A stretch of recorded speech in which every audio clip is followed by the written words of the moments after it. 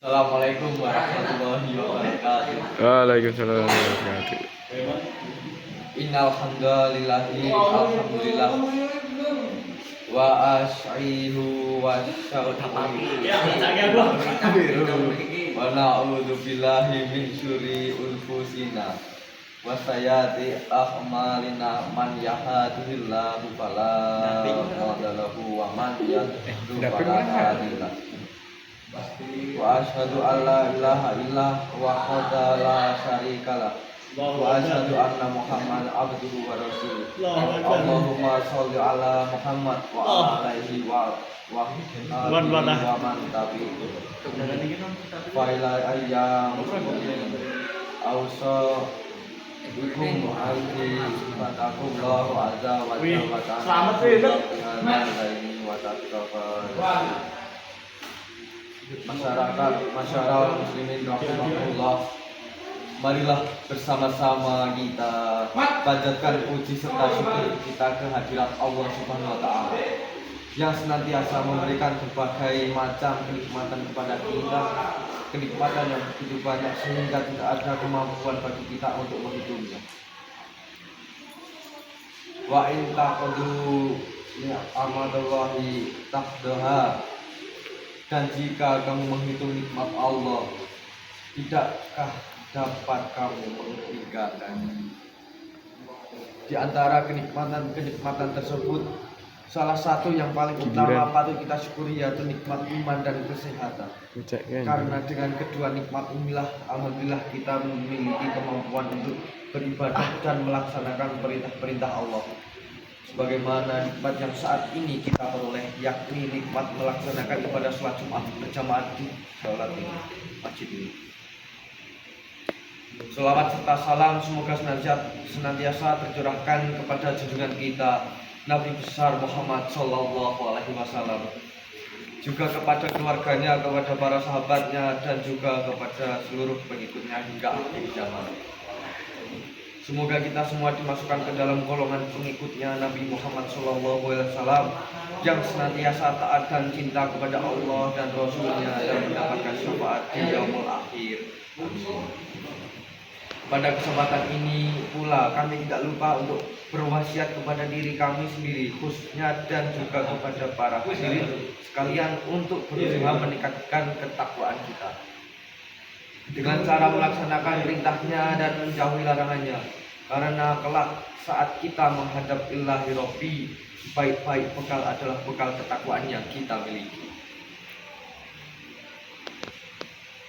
Masyarakat muslimin rahimahumullah, dalam menamaki hidup di dunia tentu kita akan menghadapi pada berbagai cobaan, mulai dari kesedihan, rasa sakit, kekurangan harta, musibah, dan lain sebagainya. Hal ini sebagaimana firman Allah Subhanahu wa taala dalam surat Al-Baqarah 155 yang berbunyi, walan nakum bisyai'im manal khawfi wa ulju'i wa naqsum mana'ul amwali wal unfusi wal tamarat wa basyiril dhabirin. Dan sungguh kami berikan cobaan kepadamu dengan sedikit ketakutan, kelaparan, kekurangan harta, jiwa dan buah-buahan, dan berikanlah berita gembira kepada orang-orang yang sabar. Ujian dan musibah yang Allah berikan kepada kita sebagai seorang muslim hakikatnya adalah cermin kecintaan Allah Subhanahu kepada kita. Allah Subhanahu wa taala tidak rela menimpakan azab yang tidak terperi sakitnya di akhir kelak,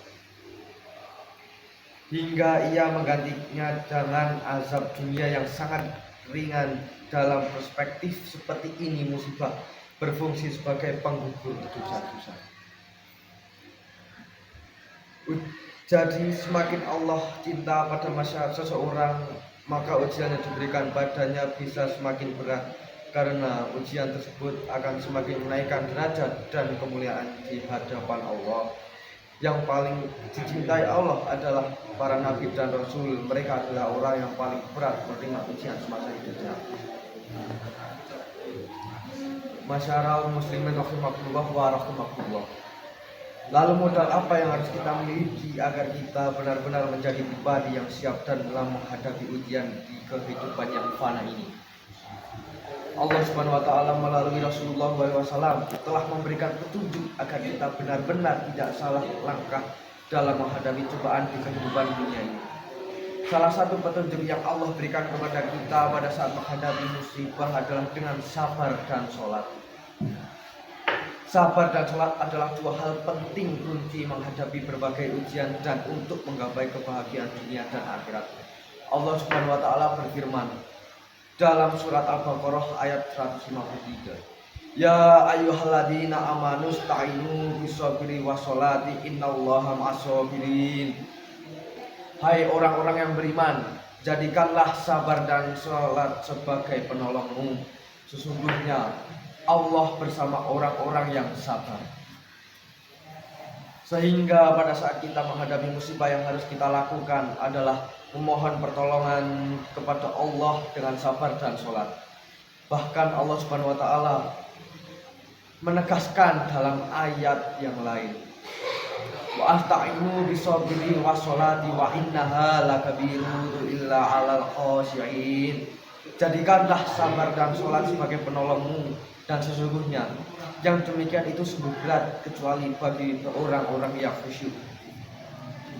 Menurut Al-Qurtubi dalam menafsirkan surat Al-Baqarah ayat 45 ini, bahwa sabar mencakup tiga hal: sabar dalam melaksanakan ketaatan kepada Allah, sabar dalam meninggalkan maksiat, dan sabar dalam menghadapi musibah atau ujian dari Allah Subhanahu wa taala. Masyarakat muslimin sidang Jumat rahimahullah. Kedua ayat di atas menjadi bukti kornet bahwa sabar dan sholat adalah petunjuk yang utama bagi seorang muslim dalam menghadapi dan menapaki kehidupan. Yang diutama bagi seorang muslim dalam menghadapi dan menapaki kehidupan bahwa semua yang terjadi ini adalah ketetapan dari Allah Subhanahu wa taala.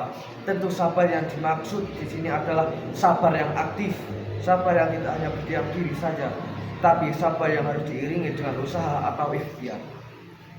Misalnya pada kita diuji Allah dengan rasa sakit, maka bentuk kesabaran kita adalah dengan berikhtiar untuk terus bertobat dan kemudian diiringi dengan sikap untuk menerima ketetapan Allah Subhanahu wa taala.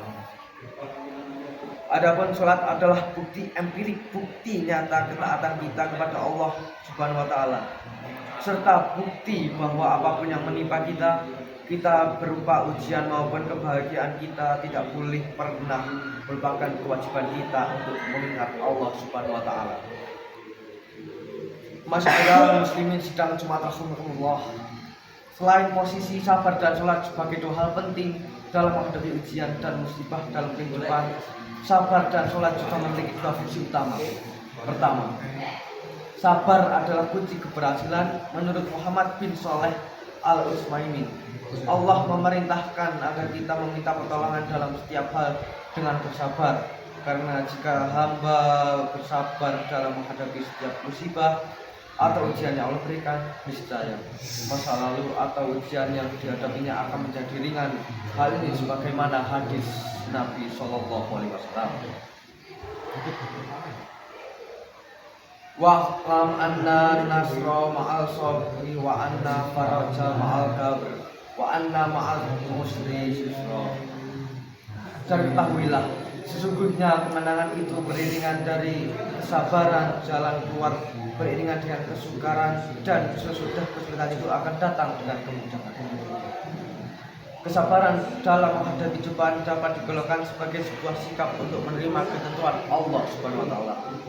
Sabar menunjukkan sikap bahwa seorang muslim tersebut ridho dengan ketaatan Allah Subhanahu wa taala. Bahkan Allah juga memberikan pujian yang tinggi kepada orang-orang yang sabar dalam menghadapi setiap kesulitan. Masyiral muslimin sidang Jumat rahimahullah. Kedua, sholat adalah sebab pertolongan Allah Subhanahu wa taala. Menurut Muhammad bin Shalih Al-Utsaimin, sholat dapat menjadi penolong dalam setiap urusan dunia maupun agama. Dalam syariah Riyadhus Shalihin karya Imam Nawawi, sholat merupakan benteng jitu menghalau perbuatan buruk. kejidanukan. Sholat merupakan hubungan transden antara hamba dan Allah Subhanahu wa taala, sehingga apa yang dikeluhkan hamba insya Allah didengar Allah Subhanahu wa taala, dan situlah pertolongan Allah Subhanahu wa taala. Akhir sholat. Barakallahu lillah wa lakum fil Qur'an azim wa naqabani ma fihi minal ayati wal dzikri habibi wa qadarullah inna wa minkum tiltahu in wa sami'un.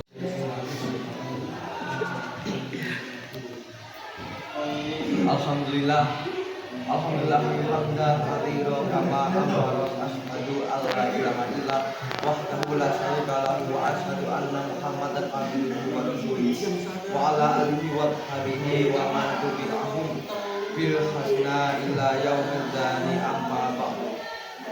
Ibadallah wa iskum wa iyyakum wa taqullah haqqa tuqatih wa la tamutunna illa wa antum muslimun. Hadirin yang dirahmati Allah Subhanahu wa taala, ada satu sikap yang dilarang oleh Allah Subhanahu wa taala untuk kita pada melakukan saat kita menghadapi musibah atau cobaan. Sikap itu adalah sikap untuk berandai-andai jika kita melakukan hal ini, maka hal ini tidak akan terjadi, karena sikap yang demikian itu akan membuka pintu setan untuk menggoda kita agar kita mengingkari ketetapan Allah Subhanahu wa taala. Sikap yang dianjurkan pada saat kita mendapat musibah adalah dengan mengembalikan ketetapan itu kepada Allah Subhanahu wa taala. An Abi Hurairah ta'ala qala Rasulullah sallallahu alaihi wasallam wa in asabaka syai'an taqulu la anni fa'alna kalna kadza wa kadza walakin qul qadarul wa ma sya'a fa'ala fa illa tarju amara syaitan. Artinya, dan apabila kamu tertimpa musibah, jangan berkata, seandainya saya melakukan ini dari itu, niscaya menjadi begini dan begitu, melainkan katakanlah Allah telah menakdirkan dan apa yang Dia kehendaki dikerjakan. Sebab sesungguhnya perkataan lalu seandainya itu membuka perbuatan syaitan. Inilah sikap yang harus kita hindari pada saat kita menerima musibah. Semoga kita selalu diberikan kekuatan Allah Subhanahu wa taala untuk menghadapi setiap musibah dan cobaan yang menimpa kita, dan kita digolongkan oleh Allah Subhanahu wa taala sebagai orang-orang yang sabar. Amin. Innallaha ma'al-muttaqin yashalluna 'alan nabi ya ayyuhalladzina amanu sallallahu alaihi wasallam taslima. Allahumma sholli ala Muhammadin wa ala ali Muhammadin kama shallaita ala Ibrahim ala ali Ibrahim innaka Hamidum Majid. Wa barakallahu ala Muhammadin wa ala ali Muhammad kama barakta ala Ibrahim wa ala ali Ibrahim innaka Hamidum Majid. Allahumma ighfir wa mu'mini ya mu'minat wa muslimin ya musliman al-hayya minallah ma'al mauta innaka sami'un qarib alladzi anta. Allahumma inna na'udzu bika min an nusyrika bika syai'an na'lamu ma nasrahu bika lima na'lamu. Rabbana atina fid dunya hasanah wa fil akhirati hasanah wa qina adzabannar. Ibadalihi innallaha ya'muru ala asna wal yaita dar al-qarati wa yu'ina masjidul ahmakun asal-bala fadala ya'kum idukkanil salli ala Muhammad wa ala ali Muhammad kama shallaita ala Ibrahim wa ala ali Ibrahim innaka Hamidum Majid. Wa barika ala Muhammadin wa ala ali Muhammadin kama barakta ala Ibrahim wa ala ali Ibrahim innaka Hamidum Majid. Allahumma ighfir wa mu'mini ya mu'minat wa muslimin wa muslimat Allah ya aminah wal amwati innaka sami'ul karim Majid. Allahumma inna na'udzu bika min nusyrika bika syai'al na'lamuhu wa nastaghfiruka lima la na'lamu. Rabbana atina fid dunya hasanah wa fil akhirati hasanah wa qina adzabannar. Subhana rabbika azati amma yasifun wa salamun alal mursalin walhamdulillahi rabbil alamin.